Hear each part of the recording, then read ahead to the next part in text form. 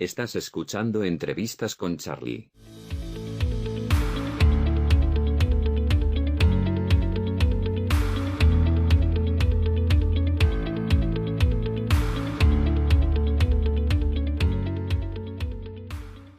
Yo quiero empezar un poco haciéndote que te presentes, así que podrías contar un poco de dónde vienes o qué has hecho profesionalmente. Me dijiste que eras historiador. Bueno, historiador no todavía.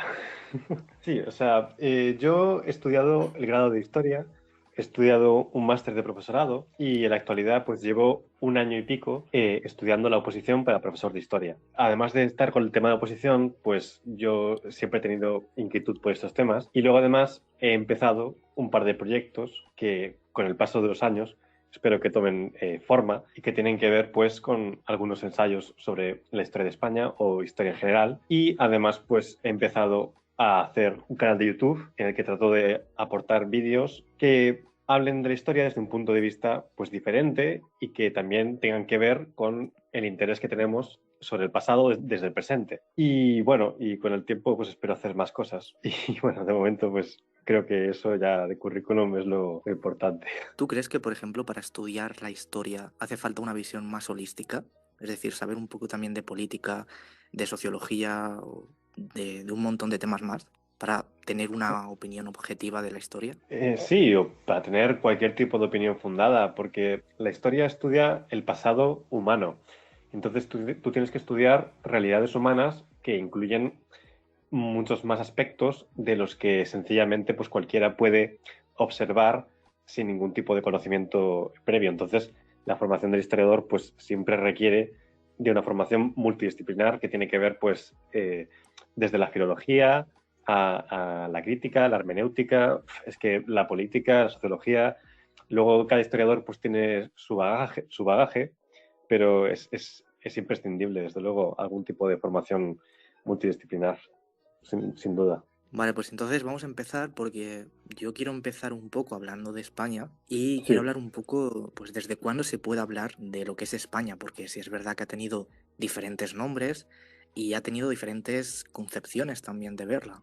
Sí, totalmente. Lo más complicado es cuando decimos España, ¿qué decimos? Hay muchas cosas que pueden entrar dentro de esa palabra, hay muchos conceptos, hay muchas ideas de España. Cuando hablamos de España sin más, yo creo que lo más apropiado es hablar de la España histórica. Depende mucho, pues, de cómo pensamos, cómo lo veamos, pero para orientarnos, lo más claro, lo que es más que podemos consensuar es hablar de la España histórica y para eso, pues, nos podemos remontar un poco a la romanización, pero realmente cuando podemos hablar de una idea que tiene cierta similitud con lo que entendemos por España y en la que ya están presentes muchos elementos de lo que es España, pues es a partir de cuando ya está avanzada la Edad Media, cuando ya el latín de forma en lengua vernácula y hay una identidad, hay una conciencia de pertenencia, hay una vinculación a un territorio que se asocia a España, que en un principio es confuso porque se asocia a la península, pero también hay diferencias.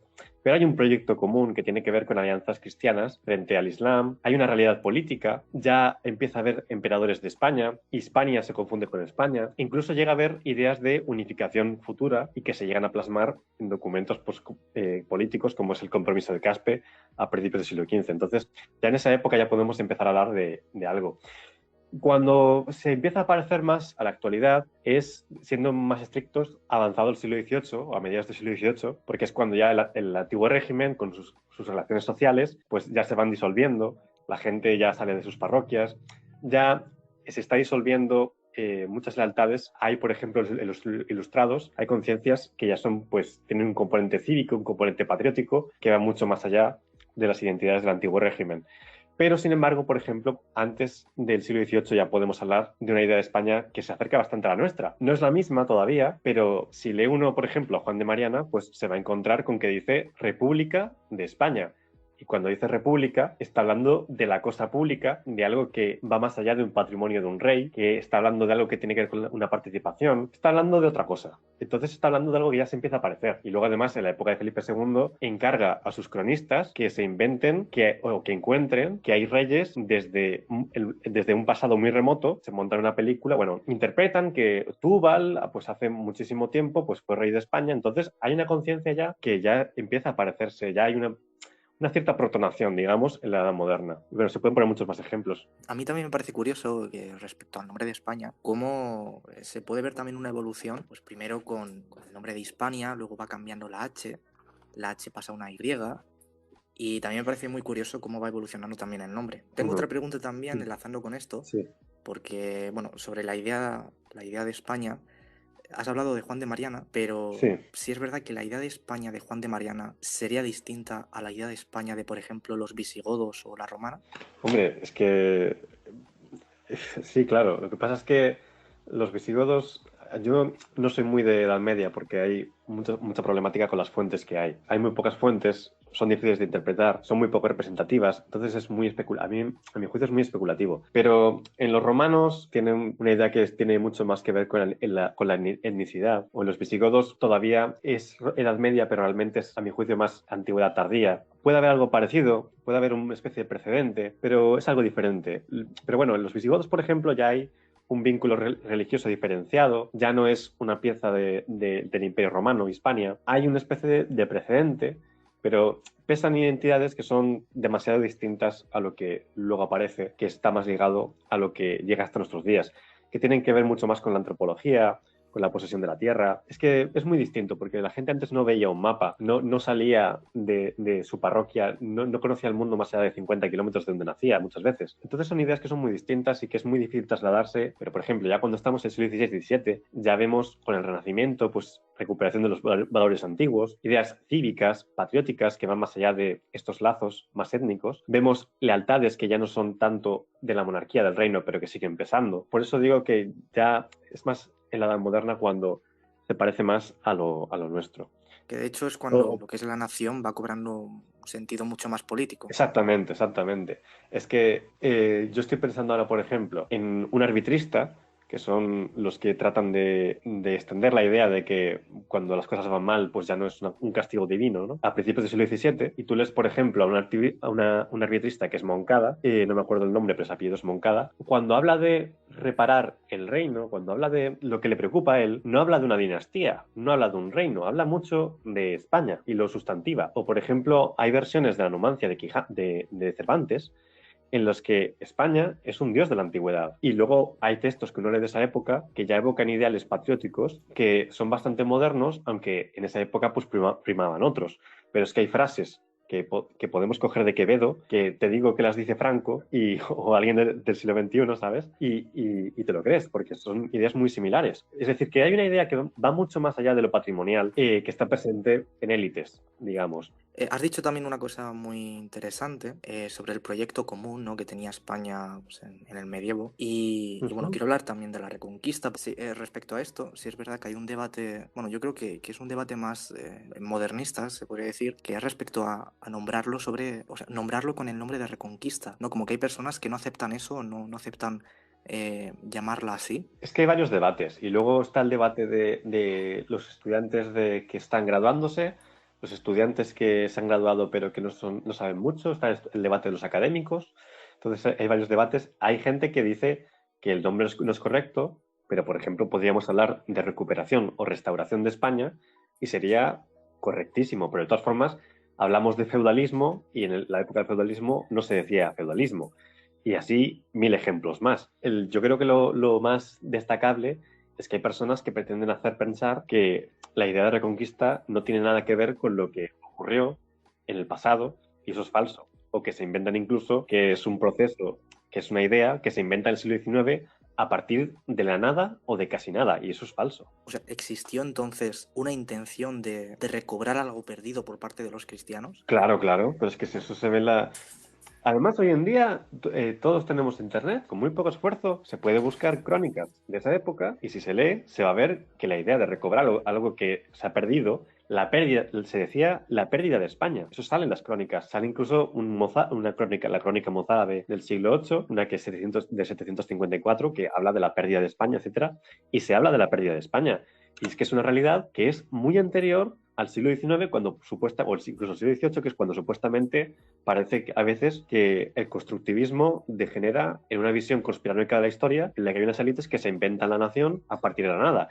Y luego tú vas al siglo XVI, cuando el Imperio Español tiene un bache, con la famosa Armada Invencible, aparece una mujer que ha quedado totalmente olvidada, que puso en jaque a Felipe II porque la señora habló de que España se iba a volver a perder, que iba a haber una nueva pérdida de España, que Felipe II era como Rodrigo, y eso causó un alboroto y eso puso en jaque a Felipe II incluso, y tuvo que actuar la Inquisición, etcétera. Es una realidad que es muy vieja, es que es histórica, es que no es una invención. También te quiero hablar sobre el sentimiento español. Yo creo que en la Edad Moderna sí que se puede encontrar a lo mejor un sentimiento que se podría considerar español, pero ¿hay algo anterior a eso de la Edad Moderna? ¿Algún sentimiento que se pueda considerar español?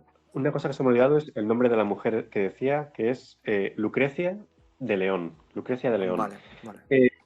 ¿Sentimiento español antes de la Edad Moderna? Sí, lo que pasa es que tiene muy poco que ver con la actual. Es un sentimiento que es muy étnico, que se define muy frente a otros, que se define muy ante terceros.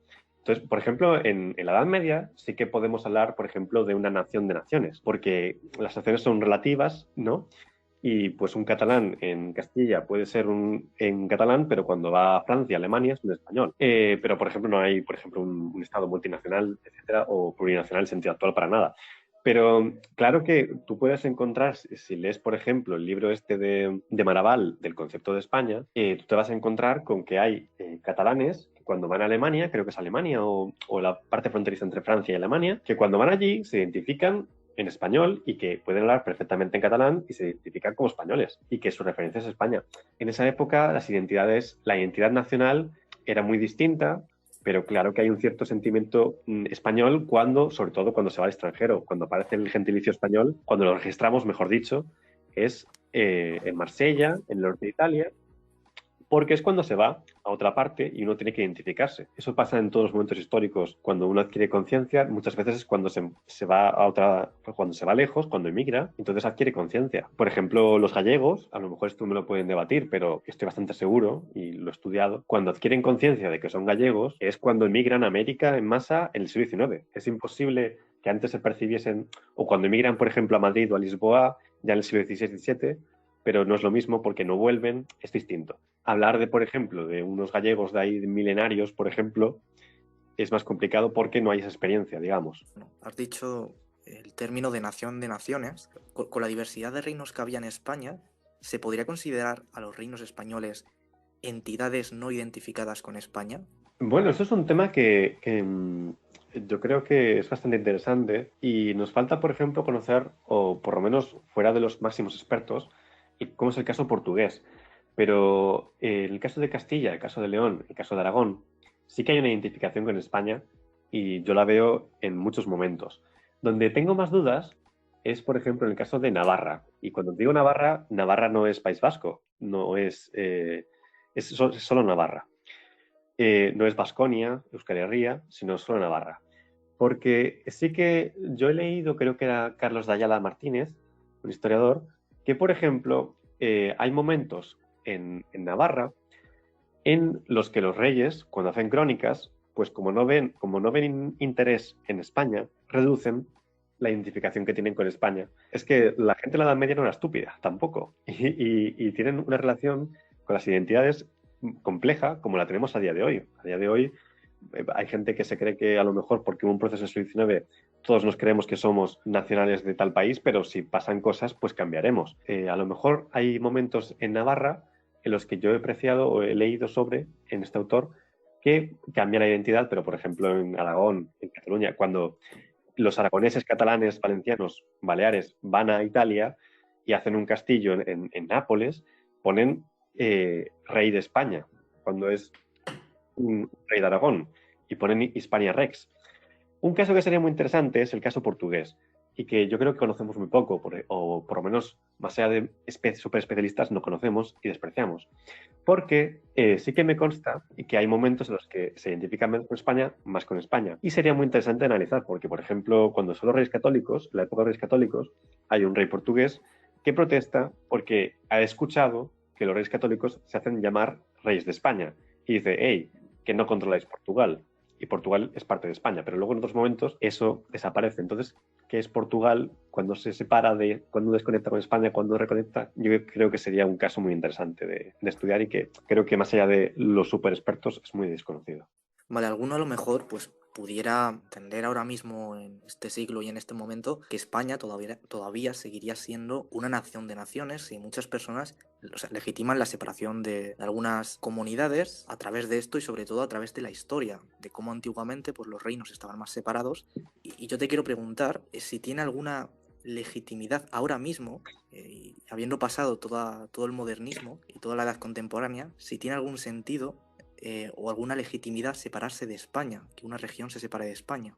A ver, me has hecho una pregunta muy de presente y muy política. A día de hoy no hay nadie que defienda, bueno, yo conozco un historiador que es un poco extravagante, que sí, pero no hay ninguna fuerza política que defienda que España es una nación de naciones y que por lo tanto unas tienen derecho a separarse. Lo que dicen directamente es que no hay una nación y que hay varias naciones. Entonces es que ni siquiera cumplen con lo que era España en la Edad Media, porque para ellos no hay, en la Edad Media sí que había, podían hablar de nación catalana porque es que podían hablar de hasta de nación de Burgos. Es que se reconocía una nación que englobaba a todas, porque ahí las naciones no tenían soberanía, es una historia muy distinta.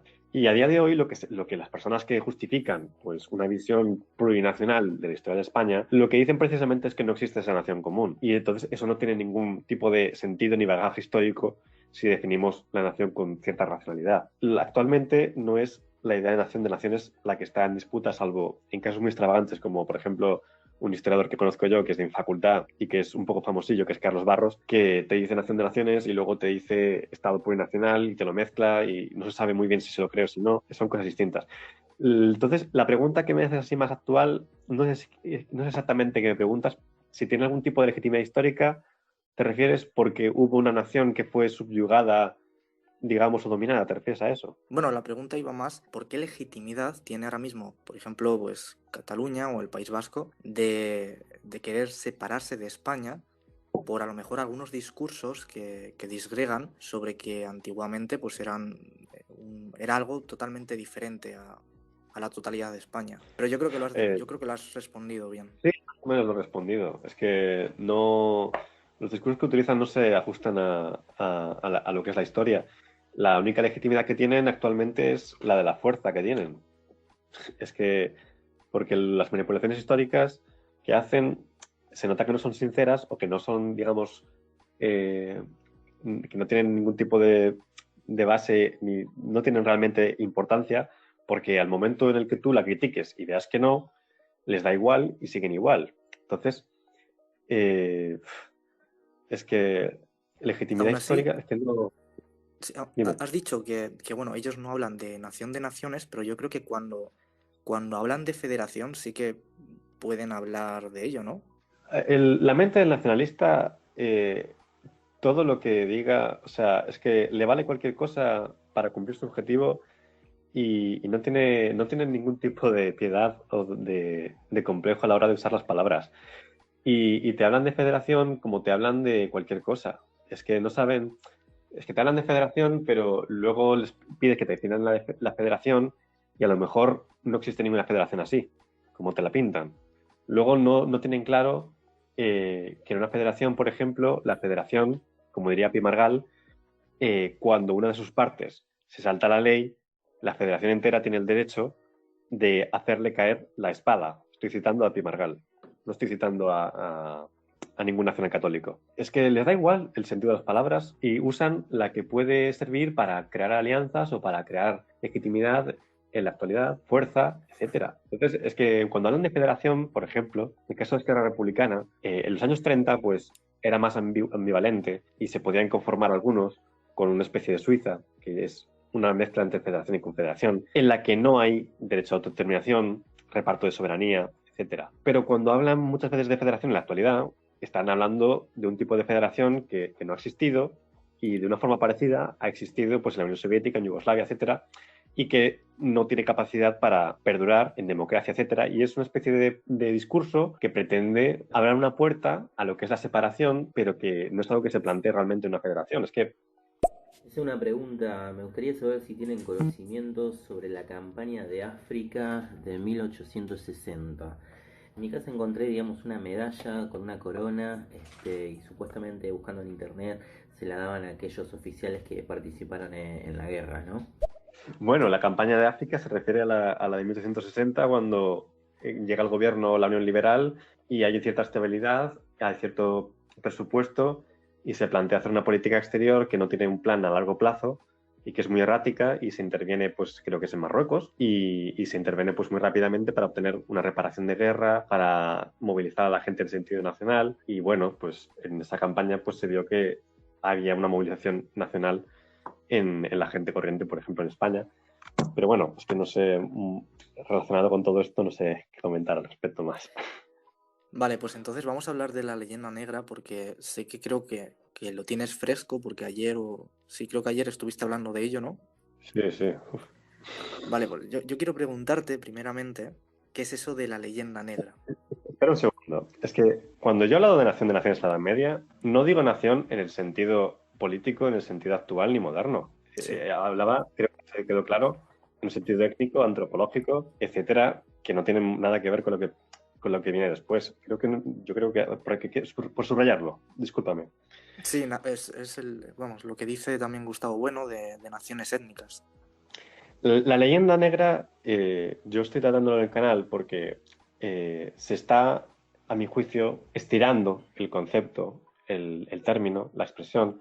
Se está estirando y está llevando a confusiones, porque la gente se defiende de algo real, que es la imagen negativa que tenemos sobre España, pero no está sabiendo identificar lo que está pasando, a mi juicio. Hay muchas cosas que distinguir. La leyenda negra, en sentido estricto, es una empresa de propaganda como la hay contra cualquier imperio que domine. Y la hubo contra el Imperio Español, y la hubo muy fuerte porque el Imperio Español pues tuvo su momento en el que fue primera potencia mundial, que es en el siglo XVI, parte del XVII. Pues hay una campaña de propaganda que trata de pintar pues el país, el imperio, pues como una empresa criminal, inhumana, etcétera, salvaje, fanática, que tiene que ver con la propaganda, tiene que ver con la legitimidad, etcétera. Y es una estrategia, es un discurso que, en el sentido más estricto, con la paz de Westfalia, cuando España pues decae, deja de tener tanta fuerza. Pero no obstante, ha habido rebrotes desde el exterior de esa leyenda negra.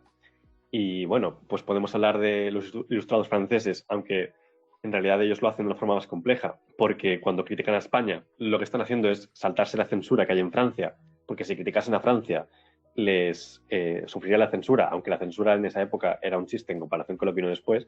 Pero, por ejemplo, incluso en el siglo XX, pues sobre todo, por ejemplo, cuando fue la guerra del 98 por parte de Estados Unidos o por parte de Gran Bretaña con el tema este de Spanish Inquisition, de los Monty Python o otras novelas, o por ejemplo cuando interesaba justificar la política de no intervención, pues hubo rebrotes de leyenda negra.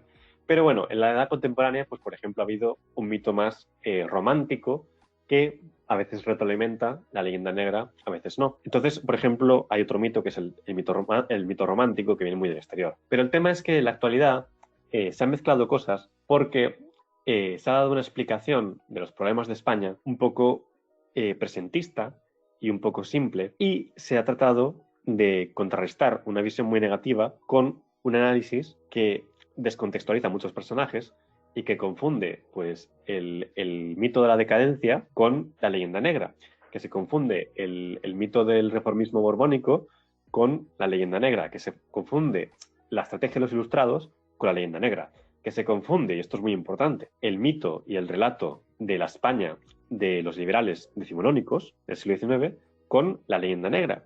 Y el caso es que muchas veces pues, se demuestra que no se conoce tanto la historia, y saber más historia de los que no saben historia no es saber historia. Y el tema es que en España pues, han pasado una serie de cosas que han hecho que tengamos un problema con el pasado muy complejo. Intento cerrar, luego si quieres desarrollamos más. Yo la crítica que hago es que no se dan cuenta de que el problema actual no viene de Guillermo de Orange, no viene de la España de Goya, sino que viene del 98 y que viene del 36, y que viene sobre todo de ese momento en el que España divergió, que es cuando Franco aguanta el final de la Segunda Guerra Mundial. Porque el tema es que hay formas de estudiar la historia o de pensarla que eran muy corrientes en cualquier parte de Europa a principios del siglo XX, pero que en España enraizan bajo Franco. Franco explicaba la historia de una forma que rompía con lo que había antes y que nos enseñó a todos Y lo más interesante y dramático es que se lo enseñó a las personas que supuestamente son todo lo contrario. Los perdedores, cuando se pasa por una dictadura totalitaria, cuando uno vive lo que se vivió en la autarquía, asume una explicación de las cosas que es falsa y que es muy compleja. Y el tema es que en España interiorizamos una perspectiva que ha aprendido a interpretar toda la historia de España en un sentido presentista y teleológico para explicar la guerra civil y el franquismo. El tema es que cuando una diputada de Podemos habla de el genocidio contra la Andalucía o algo así, no sé exactamente, pero algo por el estilo, no está siendo influida por la leyenda negra. El problema que tiene esta persona es muy complejo. Lo que ocurre es que ha aprendido la historia que enseñaba Franco y no lo sabe. Y los que la critican no se dan cuenta de que ha aprendido esa historia. Porque ella piensa, lo sepa o no, que Franco es la quinta esencia de España. Porque para ella, Franco es lo que hace creíble la leyenda negra. Es lo que lo hace creíble. Y entonces, cuando ella está pensando en esa España negra que se carga al Andaluz, etcétera, lo que está pensando es que toda la historia de España es una pugna entre esa España que va a evolucionar hasta Franco y la otra que ella quiere representar. Todo es una pelea de ortodoxos contra heterodoxos. Todo es una lucha entre dos Españas. Todo va camino hacia eso, porque no quiere explicar lo que fue Franco de verdad, porque no quiere explicar por qué hubo la guerra civil de verdad, y no quiere entender o no sabe que Franco es un fenómeno muy europeo que tiene que ver con el siglo XX. Y a todo el mundo, por muchas razones, ha interesado mantener este relato tan negativo de la historia de España, que es muy complejo y que yo estoy simplificando muchísimo y que me estoy dejando muchísimas cosas, pero es que a todos nos ha interesado creernos esto, porque nos hemos evadido de nuestras responsabilidades en la Segunda República y en la Guerra Civil. Y se ven cosas que parecen que no tienen conexión, pero la tienen. Por ejemplo, Pablo Iglesias con Villacañas llega a decir que la guerra civil es la cuarta guerra carlista. Y no se dan cuenta de que eso es lo que Franco quería que pensaran, porque para Franco lo que trata de educar a los españoles es que toda la historia de España, desde Felipe II, es una desgracia, es una tragedia, es una decadencia, es un drama. Y hay una lucha entre esas dos Españas. Y todo va encaminado hacia eso. Y no hay alternativa. Para Franco es muy importante deslegitimar la España liberal, la España del 19, y que llega hasta la Segunda República, y la Segunda República solamente es una orientación de esa España liberal, la mejor, etcétera, pero que viene de ahí. La Segunda República no es un paréntesis en la historia de España.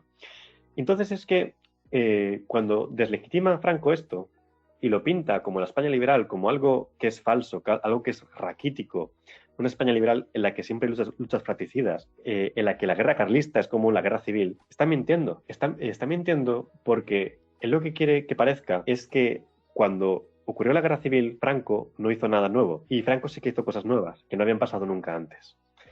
Nunca se planteó la gente matar a sus vecinos de la forma que ocurrió. A las personas que se identifican con los perdedores les ha interesado creerse toda esta película porque quieren ver la Segunda República como la última oportunidad de esperanza y quieren pintar que la guerra civil pues no tuvo que ver con algo que puede ocurrir en cualquier democracia. Se evaden de su responsabilidad porque si la España liberal era una mentira, era una farsa, como decía Franco, ellos no son responsables de haberla perdido. Ellos no son responsables de haber acabado con el franquismo, porque si ellos hubiesen hecho las cosas mejor, pues se lo podrían haber ahorrado, por ejemplo. Pero bueno, es un tema, es muy endiablado. Es una forma de ver la historia muy inteligente, y que caló en la gente, porque la gente tenía que explicar la autarquía, tenía que explicar que habían llegado a un punto en el que España, pues, se convertía en un país atrasado, se convertía en un país dividido. Y entonces el tema es que todas esas leyendas negras, todos esos mensajes del regeneracionismo, esas visiones de las dos Españas, que España no era europea, todo eso pareció real en la autarquía cuando en los años 50 en Europa estaban realmente haciendo la democracia y no antes, y cuando realmente estaban viviendo bien era en ese momento. Y en ese momento en España había que aguantar a Franco. Y esto era muy difícil de llevar. Entonces la gente recurrió a esa explicación. Y el tema es que después del 78 ha continuado de distintas formas e incluso los supuestos antifranquistas se lo han apropiado. Y el tema es que ellos mismos tienen su propia idea de la anti-España. Y entonces ellos ven las cosas desde la óptica de Franco, solo que lo invierten lo que son las conclusiones. Lo que es bueno para Franco, para ellos es malo. Y lo que es malo para Franco, para ellos es bueno. Por eso tienen una energía cuando ven algo que suena en España, pues entonces les saltan las alarmas porque eso es como su anti-España, eso lo tienen que eliminar. Pero es que no se dan cuenta de que eso es como quería que pensara Franco. Pero bueno, esto es muy complicado. Has tocado la guerra civil y yo te quería preguntar un poco por qué se da la guerra civil española. Madre mía, eso es una pregunta muy compleja. La guerra civil no es el resultado, porque Franco quería que pensáramos que la historia de España era un Sonderweg, un camino particular. Y eso es lo que piensan los antifranquistas ahora, los que son supuestamente antifranquistas, porque no lo son herederos de Franco al final. No es producto de dos Españas que estaban condenadas a enfrentarse. No es producto de un país excesivamente atrasado, de un país excesivamente inculto, de un país excesivamente bipolarizado, de un país excesivamente nacionalcatólico, de un país especialmente fascista. Eso es falso. Es que la guerra civil es producto de Europa entre guerras, que es entre la Primera y la Segunda Guerra Mundial. Y guerra civil hubo en Rusia, hubo en Grecia, hubo en Finlandia, todavía a día de hoy en Finlandia. Puedes preguntar a finlandeses o que la gente busque en internet si encuentra algo en inglés sobre Finlandia sobre esto. Todavía siguen con polémicas sobre su propia guerra civil. Hubo guerra civil en Irlanda, hubo guerra civil en Italia, hubo guerra civil en Francia, hubo algo parecido. En Austria hubo un conflicto similar. Incluso hay muchos autores, estoy pensando en Enzo Traverso, que es un gran historiador, que hablan directamente pues, de una guerra civil europea. Porque las tensiones que acabaron con la democracia en España ocurrían en toda Europa. Hay que quitarse, por ejemplo, la idea esta de que la derecha española es franquista, porque eso es totalmente falso. Y el tema es que la derecha española actual no se da cuenta de que tiene que salir de ese secuestro al que le sometió Franco. En la derecha española política no llegó a haber nadie que colaborara en las matanzas de la guerra civil, etcétera. Incluso hubo personas de derechas que temieron por su vida y que estuvieron a punto de morir a manos de los franquistas. Estoy pensando en Jiménez Fernández, Gil Robles se tuvo que pirar, Lerroux se tuvo que pirar. En Italia, por ejemplo, en Alemania, la derecha política sí que colaboró con la venida del fascismo. Y el tema es que en España había algo parecido al fascismo antes de la guerra civil, pero no había fascismo estricto, apenas. La guerra civil es muy complejo, pero tiene que ver con dinámicas de la Europa entre guerras, tiene que ver con una segunda república que pretendía transformar muchas cosas, que no supo llegar a acuerdos. Son muchas cosas que hay que tener en cuenta, porque hubo una atomización política muy importante, etcétera. Pero lo decisivo para la guerra civil es que hubo una serie de personas con poder, tanto militar como civil, no político, porque, por ejemplo, Portela Valladares, político de derechas, si hubiese pertenecido a una de las tres Españas o una de las dos, cuando los militares le pidieron dar el golpe en febrero del 36, pues les habría abierto la puerta porque ¿qué vienen los comunistas? Pero no hizo eso. Porque no quería participar de algo así. El tema es que hay unas personas con poder militar, civil, que toman la determinación, se benefician del miedo a la revolución, pero no había plan de revolución, ¿vale? Había miedo, porque había movilización en la calle, etcétera, y había, pues, cierto riesgo. Pero es que no había apenas riesgo, ni había ningún plan revolucionario. Tomaron la determinación de acabar con la democracia, porque en esa época la democracia no se ve como se ve ahora.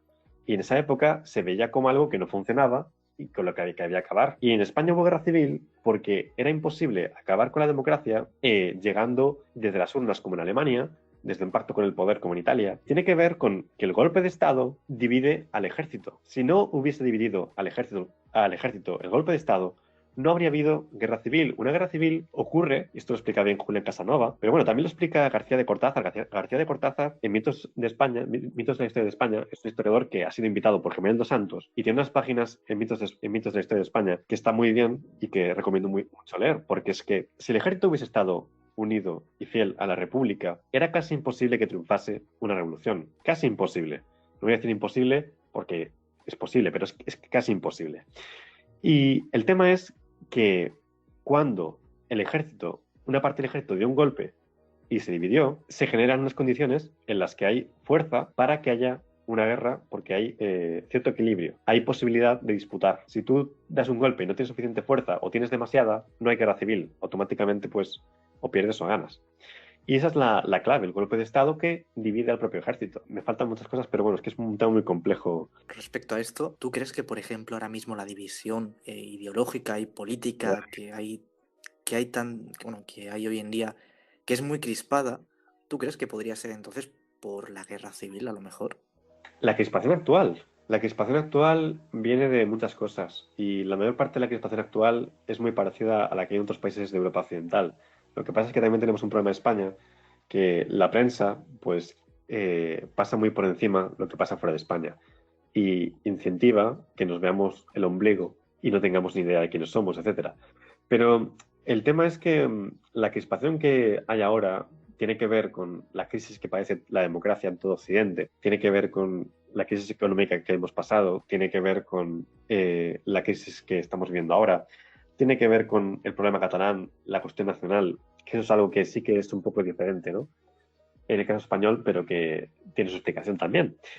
Pero también es muy importante cómo se ha afrontado la crisis para entender cómo hemos llegado hasta aquí. Pero bueno, la crispación viene de eso y viene de que hay un pasado que es muy problemático de lidiar porque le hemos dado una solución muy personal, que es la de la transición, que es una solución que en su momento fue muy acertada y fue muy positiva y que fue un logro, fue un éxito.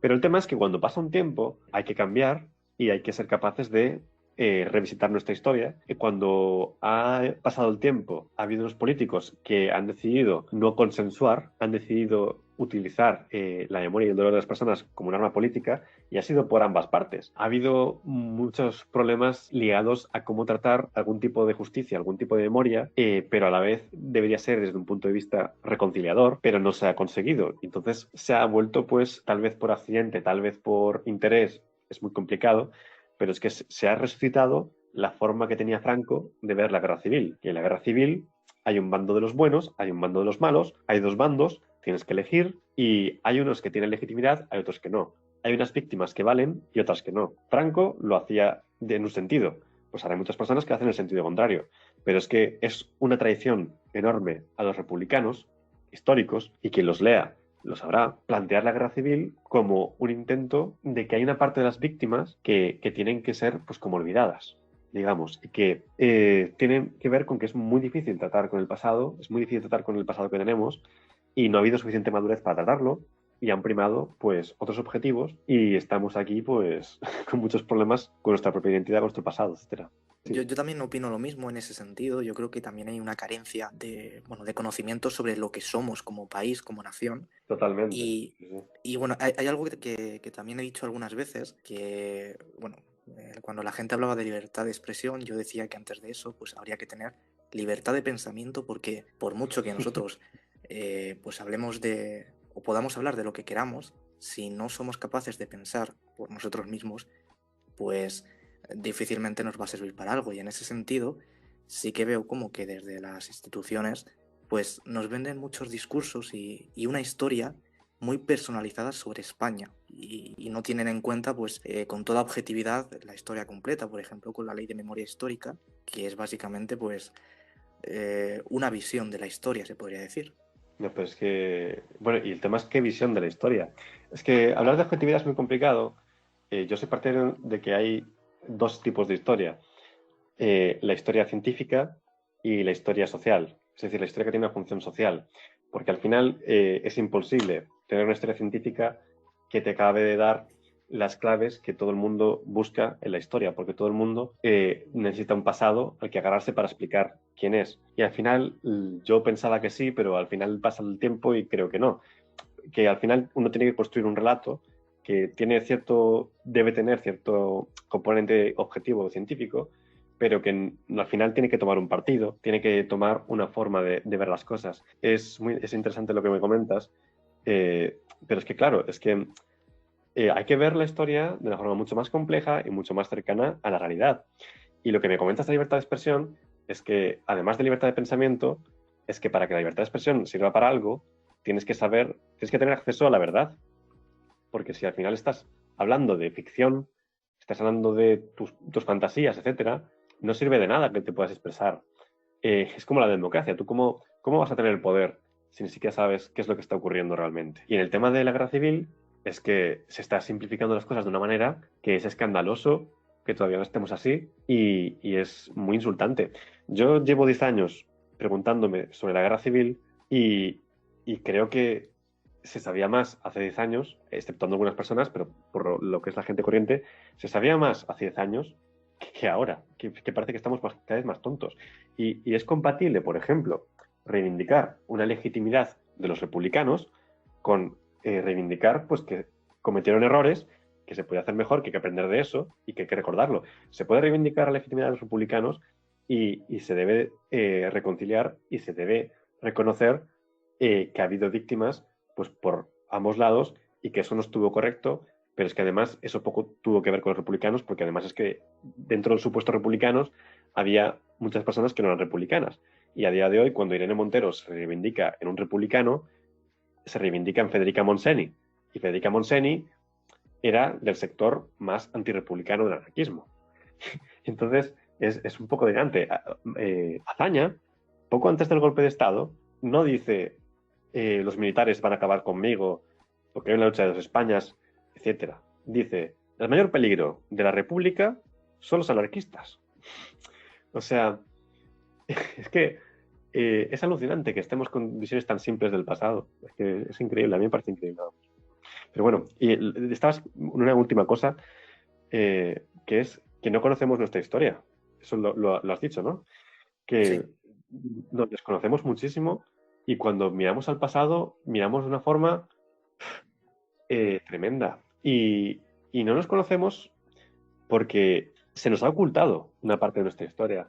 Y esto ya empezó en el 98, se quería en el 98, Azaña lo criticó, Azaña dijo que se nos estaba borrando parte de nuestra historia, que se nos había borrado parte de nuestra historia y de que había que recuperarla, porque seguimos donde nos dejó Azaña. Azaña dijo, todavía no sabemos qué es lo que la civilización le debe a España y qué es lo que España le debe a la civilización. Todavía no sabemos, más allá de tres intelectuales, etcétera, no tenemos nada claro como sociedad quién fue el padre Victoria, qué fueron las leyes de Indias, qué fueron la escuela de Salamanca, qué fueron los comuneros, todavía no, y eso lo sabían mejor antes, por ejemplo. No sabemos quién fue Rafael del Riego, no sabemos, es que no sabemos quiénes eran los republicanos tampoco. Tampoco tenemos claro quién era Franco. Es que no sabemos quiénes eran los republicanos del siglo XIX. No sabemos que, por ejemplo, el socialismo en España existía antes del PSOE.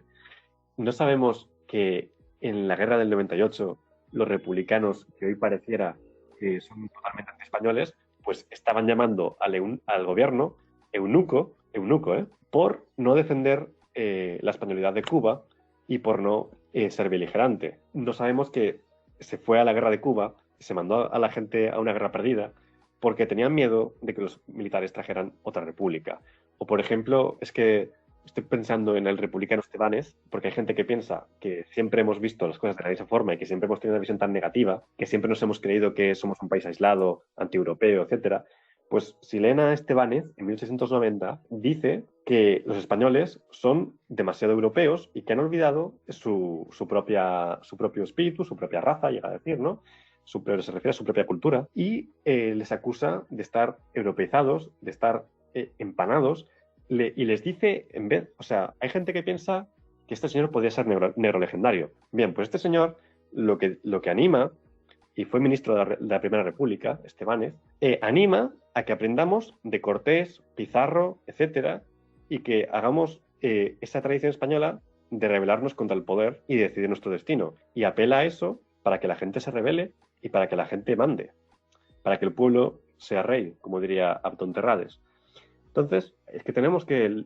Yo cada vez que leo historia de España, muchas veces digo, es que me han engañado, es que nos están engañando con cómo somos y dónde venimos. Es que hay mucha historia que hacer. Pues me parece muy interesante lo que estás tratando porque tú que has estudiado historia, ¿qué se enseña en la carrera de historia? ¿Se enseña mucha leyenda negra o es todo desde una objetividad parcial? En la universidad te tratan de dar claves, pautas para estudiar historia. Y te enseñan un par de cosas de historia. Y realmente, pues, te dan, digamos, pues, como el armazón, como el esqueleto, ¿sabes? Esa es la intención, ese es el objetivo, y eso es lo que más o menos se hace. El tema es que mucha gente pasa por la carrera y no se entera de la mitad, y aprueba, y a mi juicio, bueno, es que estoy siendo hipercrítico, pero bueno, espero que no, bueno, da igual. En fin, que... Lo que quiero decir es que hay prejuicios que pesan mucho más que 4 años de graduado y que además de una carrera de historia, que es una carrera que no tiene salidas laborales, hay muchas veces que los profesores se ponen tiquismiquis con unas cosas y luego con otras las dejan pasar. Y luego además se junta el tema de que hay cierto relativismo Entonces, mientras uno sepa defender su posición, pues se admiten muchas cosas y la gente no se enreda, pues cada uno va a su bola. Los profesores, pues hay excelentes profesores. Yo he tenido muchísima suerte con los profesores que he tenido, pero hay mucha gente que no tiene tanta suerte como yo y que hay muchos profesores pues que son más pasotas. Pero bueno, yo en mi caso es que le debo muchísimo a mis profesores, a lo que he aprendido en la universidad, pero es que lo que aprendes en la universidad es muy poco y realmente tienes que estudiar muchísimo más para empezar a entender un poco de historia, porque es extraordinariamente complejo, porque es muy complejo, vamos. Vale, y bueno, retomando con lo que estábamos hablando hace bastante rato sobre la leyenda negra, Sí, también hay una leyenda rosa, ¿verdad? sí. Bueno, la leyenda rosa yo creo que apenas existe. No la ves en un par de personas, pues, y ya está. Es que lo que pasa es que hay mucha gente que tiene una idea muy negativa por leyenda negra o por sencillamente que lo ve de una forma muy presentista, el tema del imperio, por ejemplo, y entonces siente mucho rechazo a cualquier idea que se trate sobre el imperio. Pero en Leyenda Rosa había en el franquismo y a día de hoy yo creo que son pues 4 gatos que tienen de vez en cuando pues publican algo en internet, ¿no? Pero es que no se me ocurre nadie con cierta relevancia que piense en la Leyenda Rosa. Es que yo soy muy crítico, como has podido ver con el enfoque de Rocabarea, pero Rocabarea no defiende la Leyenda Rosa. Es que eso es sacar las cosas de quicio. Hay muchas cosas que se puede criticar, pero es que no defiende la Leyenda Rosa. Eso no es honesto o es muy superficial por parte de las personas que lo acusan. Lo que pasa es que para entender el Imperio Español no basta con decir que no hemos sido tan malos como otros, etcétera. Y hay que hacer mucho ejercicio de investigación y de reflexión sobre lo que fue, que a lo mejor, gracias a este debate, pues va a reactivarse y será muy positivo. Pero hay que hacerlo, hay que ir mucho más allá de donde solemos ir y hay mucho trabajo por hacer, desde luego. Bueno, con esto del imperio, a nosotros, a España, nos tienen muy estigmatizados, sobre todo con lo que se llama genocidio de América. Y yo quiero Ah, que cuentes un poco qué hay de verdad en ello. Porque eh, hay muchos libros sí, que sí que lo contradicen. Uno de ellos, Pedro Insúa, que es yo creo que el más conocido. sí, sí, en 1492, ¿no? Sí, Sí, buen libro, lo recomiendo. Hay una cosa que dice Azaña que debería contextualizar más, ahora se me viene a la cabeza, pero está muy bien el libro, de verdad. Genocidio, no, es que es una palabra que es muy grave, que encierra una realidad muy contemporánea y que tiene nada que ver con lo que ocurrió. Es que uno, por ejemplo, pues puede hablar de abusos, no sé, pero puede hablar de explotación, puede hablar de otras cosas, pero es que de genocidio es que es un disparate que es increíble que personas que sepan leer hablen de genocidio, es increíble. Y si quieres ser críticos con el Imperio Español, que hagan un estudio mínimamente decente y que empiecen a entender problemas reales, porque es que existieron problemas en el Imperio Español y sí que, por ejemplo, hay problemas del Imperio Español que tienen que ver con los problemas que tiene Hispanoamérica a día de hoy y que tiene España a día de hoy. No solamente Hispanoamérica, también España. Es que a mí me hace mucha gracia, por ejemplo, cuando se populariza de vez en cuando, sobre todo el 12 de octubre, una imagen de Galeano, ¿no? Una cita de Galeano. A mí me demuestra que la gente lee muy poco o lee de forma muy poco crítica. Y leer de forma muy poco crítica sirve de poco por mucho que leas. Porque yo, por ejemplo, leía Galeano en su momento y no saqué para nada esa idea. O sea, la idea que saqué es que el problema de América tiene que ver con los criollos que han quedado, que son la gente que manda en Hispanoamérica a día de hoy, o con el tío Sam. Entonces, si quieren ser críticos, pues enfrentarse a ellos, que es algo que sí que puede contribuir a que haya algún tipo de progreso, pero claro, enfrentarse a ellos es mucho más difícil, entre otras cosas. Pero bueno, volviendo al tema de los problemas del imperio, de problemas que pueden existir, yo creo que si quieren ser críticos con el imperio español, por ejemplo, que estudien la idea del segundo imperio, cuando los Borbones transforman el imperio, digamos que traicionan o que cambian lo que era el imperio y lo llevan a unas lógicas que eran insostenibles, porque pasa de ser un imperio que era policéntrico, en el que no había igualdad, pero que los territorios americanos tenían algo de soberanía. Y entonces, cuando se cambia con el tema de los Borbones, con el tema de las capitanías generales, con el tema de la ruptura del pacto con los criollos, etcétera, se introducen unas dinámicas que, y luego además se introducen más elementos capitalistas, que tienen que ver con la crisis del imperio y la explosión. Y el tema es que muchos problemas de Hispanoamérica y de España no tienen que ver con Hernán Cortés ni con Pizarro, tienen que ver con cómo explotó el imperio. Y eso tiene que ver con lo que ocurre en el siglo XVIII, sobre todo finales, con principios del siglo XIX. Y eso es algo que gestionó, que, a ver, también es normal porque un imperio que es precapitalista o que no es exactamente capitalista y que tiene su apogeo en el siglo XVI, es normal que 2 siglos después explote y no sea lo que era. Hace 5 años nos parecía que el imperio americano iba a durar pues 1000 años, pero ahora parece que cualquier día hay una guerra civil en Estados Unidos y catapum, ¿no? Así expresando con una onomatopeya. Es que el tema de genocidio no tiene nada que ver con la mentalidad, con la capacidad, con los intereses, con las posibilidades del siglo XVI. Es que no tiene nada que ver. Y lo que hace el Imperio Español tiene parte de violencia, tiene parte de abusos, pero nada que ver con el genocidio. Y también tiene otros elementos que son más interesantes o que son más para revalorizar desde el presente, desde un relato del presente, porque nos permiten contribuir a un entendimiento entre culturas, un entendimiento entre España y América, un entendimiento entre los propios hispanoamericanos, y luego además acercarse a la realidad, porque la realidad es que cuando llega a España, allí había muchos conflictos entre las personas, no eran una nación indígena feliz, unida, y el Imperio Español, para controlar todo ese territorio con los medios del siglo XVI, lo que hace es pactar con muchas personas que había allí y que estaban subyugadas a otras.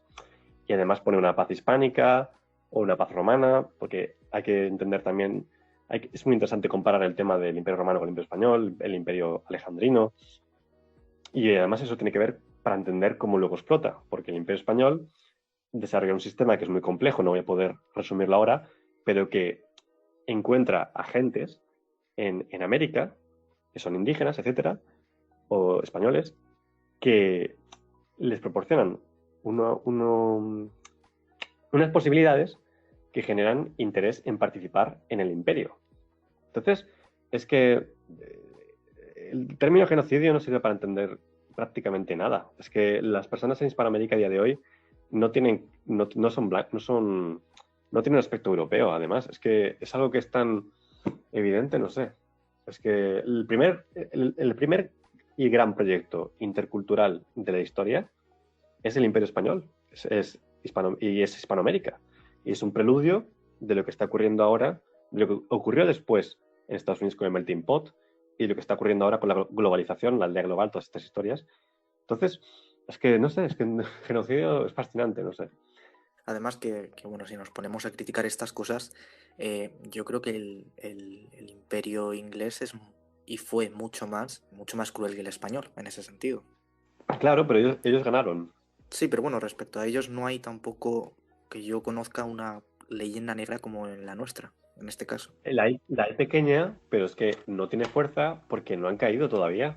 Es que tú, no sé si conoces, por ejemplo, británicos, tienes amigos británicos, es muy interesante hablar de esas cosas con personas de otros países, porque hace 20 años muy poca gente sabía lo que fueron las hambrunas de la India o lo que fueron los campos de concentración de los Mau Mau, por poner 2 ejemplos, pero es que son miles de cosas que ha hecho el Imperio Británico, o de, por ejemplo, cómo intervinieron en China, porque el Imperio Británico se sostenía tuvo momentos en los que se sostuvo con el narcotráfico. Luego te vienen con la ética del espíritu trabajador del protestante, que es una risa cuando lo contrastas con la realidad.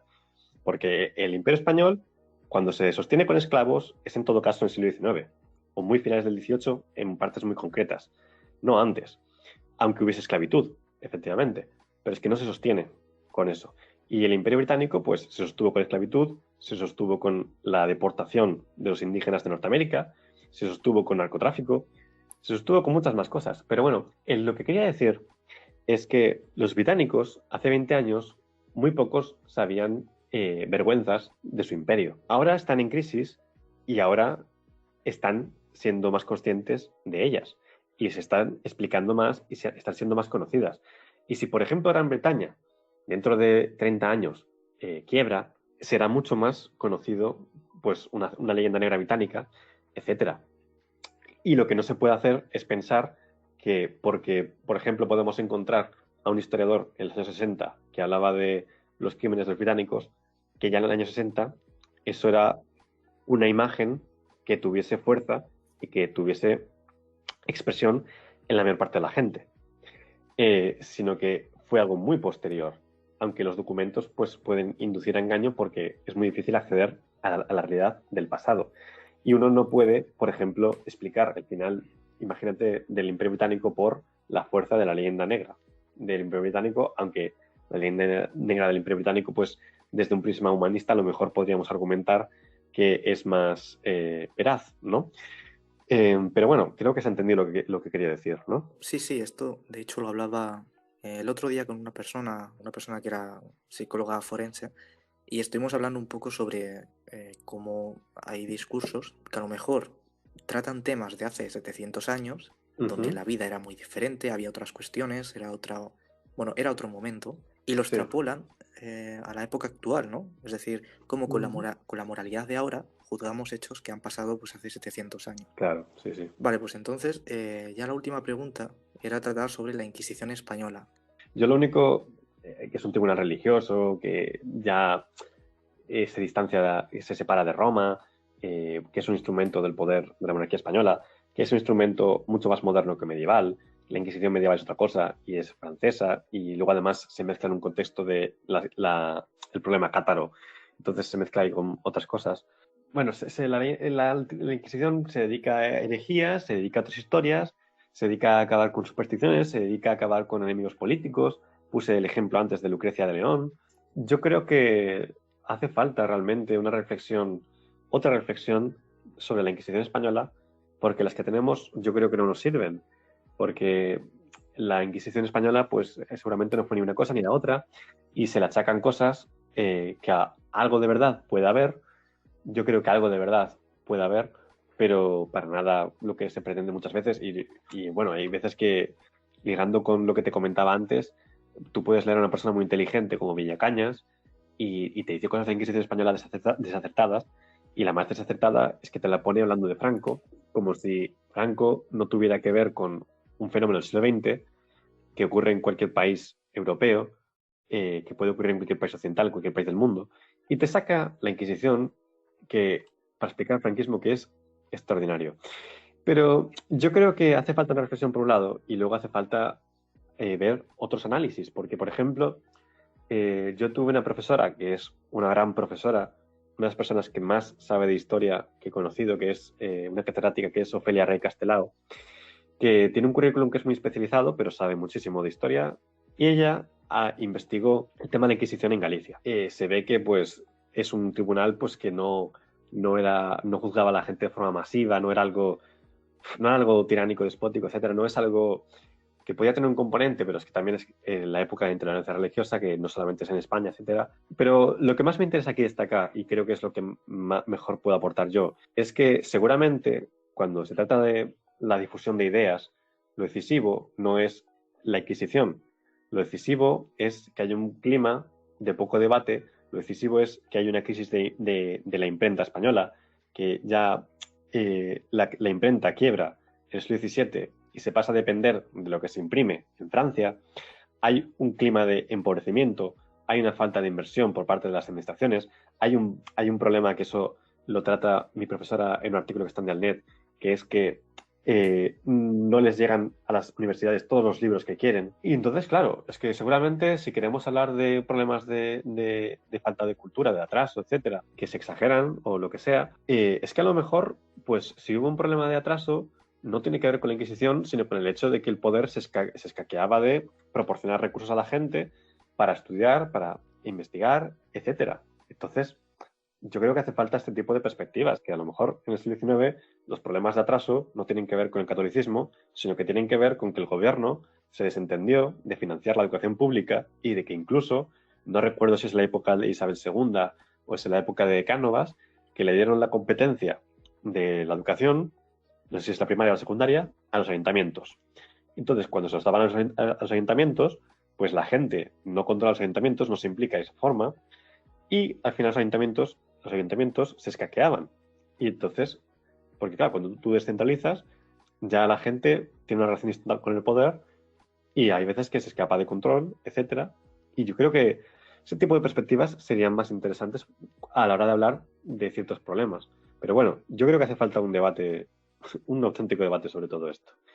Un ejemplo que quería poner es que hay que estudiar porque hay cosas que pasan en la Inquisición cuando ya es el siglo XVIII que no se ajustan a lo que es la Inquisición técnicamente, pero hay algunos que dicen que sí que conserva ciertos patrones. Pero, por ejemplo, cuando Pablo de Olavide es juzgado en la Inquisición a finales del siglo XVIII, no lo es realmente por algo religioso, sino que lo es porque el tío está planteando hacer una especie de socialismo cuando van a hacer las colonizaciones en Andalucía, y eso es totalmente desconocido. Y a Olavide no lo quemaron.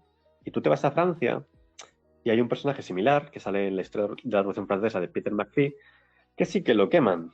Y entonces, a lo mejor no hace falta la Inquisición para reprimir a la gente. O, por ejemplo, bueno, si tú investigas en lo que pasa en los tribunales del antiguo régimen de Francia, te quedas de piedra, porque en esa época a la gente se le juzgaba por robar un pedazo de pan porque se moría de hambre, y aún así tú vas a ver que un 20 y pico % de las penas son de muerte, otro 20 y pico % de las penas son perpetuas o de galeras. O sea, tú imagínate que el 50% de los juicios acabasen en cadena perpetua, ir a galeras, a una factoría naval o ejecutado.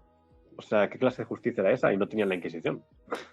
O luego ya, por ejemplo, el tema no sé si es Zugarramurdi, no me acuerdo ya, no lo tengo fresco, pero que hay un caso en el siglo XVII en el que la propia Inquisición impide que la persecución de las brujas, el supersticismo, etcétera. O luego ya no entramos en el tema de que en la actualidad parece que vivimos en una Inquisición constante y tiene mucho más que ver con la cultura anglosajona y protestante que con la católica o con una institución que exista físicamente.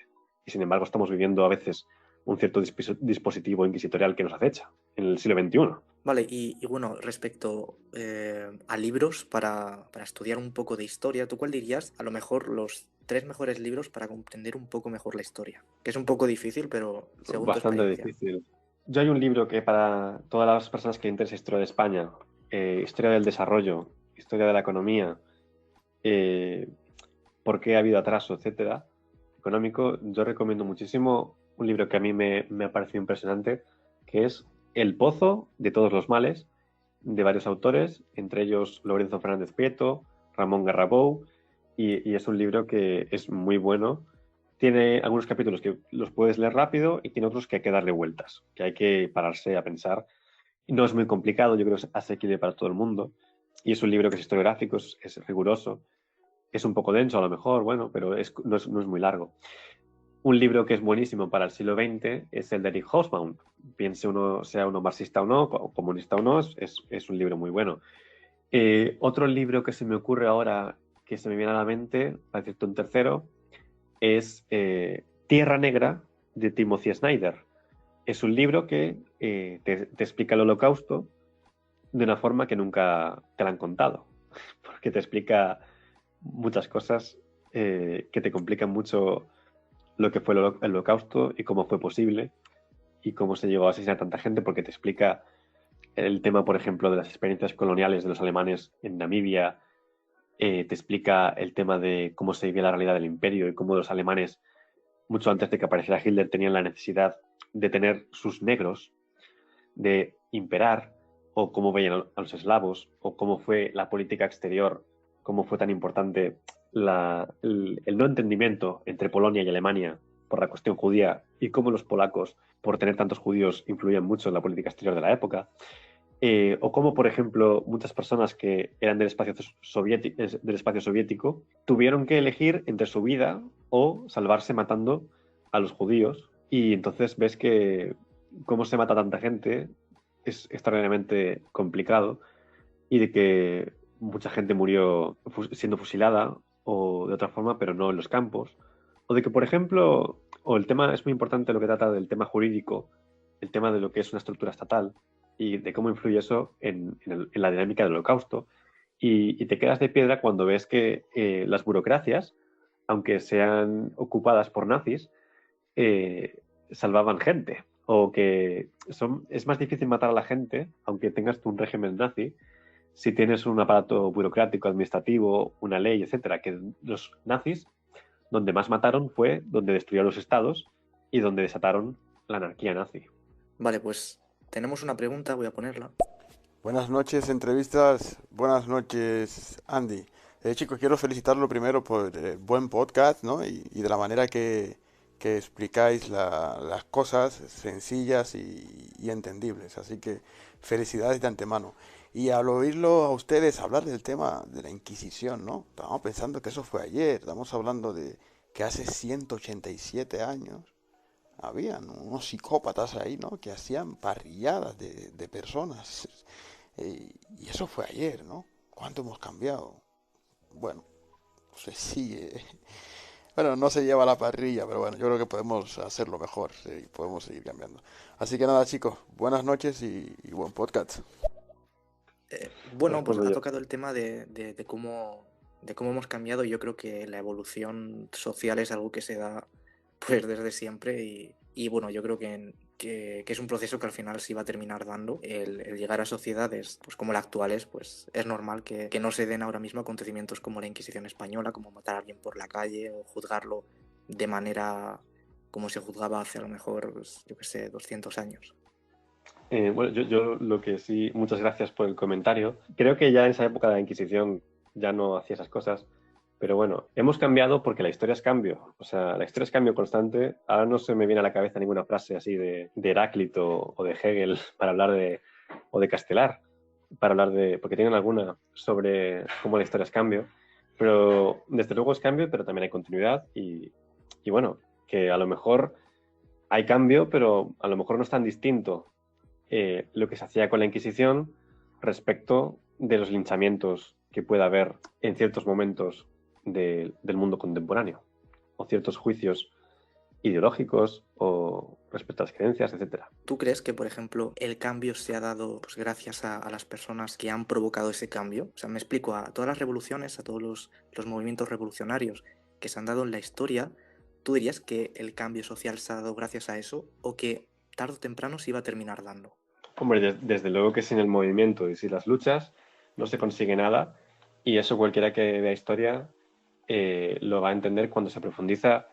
Las cosas que hemos conseguido no han caído del cielo y cuando uno deja de luchar, cuando uno es menos inteligente a la hora de luchar, hay momentos en los que la historia pues tiene costes y de que uno no consigue todo lo que podía conseguir o de que uno retrocede, etcétera.